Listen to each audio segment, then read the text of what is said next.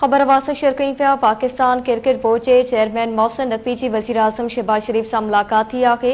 अहम मामलों ते ॻाल्हियूं थियूं आहिनि। मोहसिन नकवी अमेरिका के दौरे ऐं अमेरिकी अमलदारनि कारोबारी बिरादरी से मुलाकातन बाबत आगाह किया। मोहसिन नकवी वज़ीर आज़म के चैंपियंस ट्रॉफी की तैयारियों बाबत आगाह किया।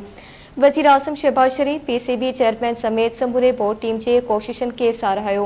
मुलाकात बाबत अवां खे ख़बर ॾी पिया पाकिस्तान क्रिकेट बोर्ड के चेयरमैन मोहसिन नकवी की वज़ीर आज़म शहबाज शरीफ से मुलाकात थी आहे। अहम मामलों ते ॻाल्हियूं थियूं आहिनि। मोहसिन नकवी अमेरिका के दौरे ऐं अमेरिकी अमलदारनि कारोबारी बिरादरी से मुलाकातन बाबत वज़ीर आज़म के आगाह किया। मोहसिन नकवी वज़ीर आज़म के चैंपियंस ट्रॉफी की तैयारियों बाबत पिण आगाह किया है। वज़ीर आज़म शहबाज शरीफ PCB चेयरमैन समेत समूरी बोर्ड टीम के कोशिशन के साराहियो।